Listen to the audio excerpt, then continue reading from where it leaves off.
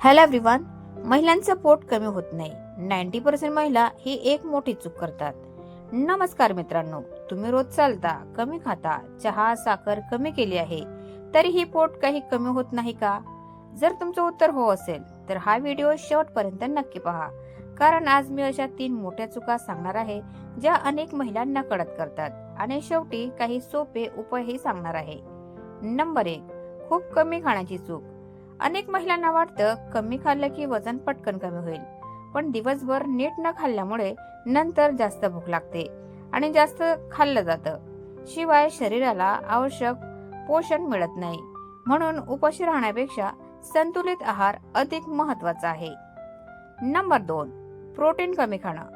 आपल्या जेवणात भाजी आणि पोळी असते, पण प्रोटीन कमी असतं.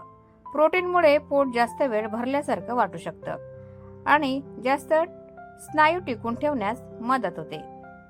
प्रोटीनचे चांगले स्रोत: मूग, हरभरा डाळी, पनीर, अंडी जे खातात त्यांच्यासाठी, दही. नंबर 3, झोप कमी घेणं. दररोज 5 ते 6 तास झोप घेत असाल तर शरीरातील काही हार्मोन्स बदलू शकतात. त्यामुळे भूक वाढू शकते आणि वजन कमी करणं कठीण होऊ शकतं.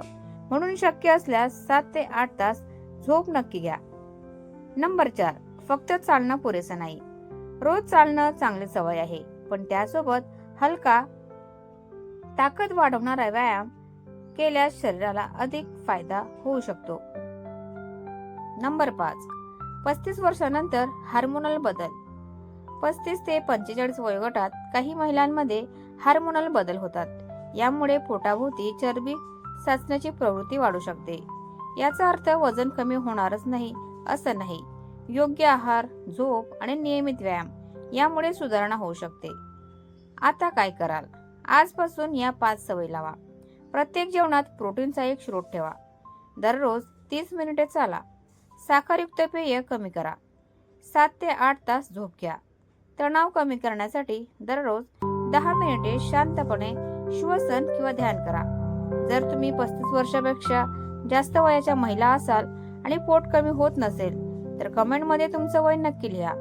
तुमच्या प्रश्नांवर मी पुढचा व्हिडिओ बनवेन.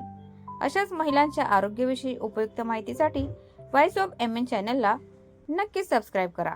धन्यवाद. Thanks for watching.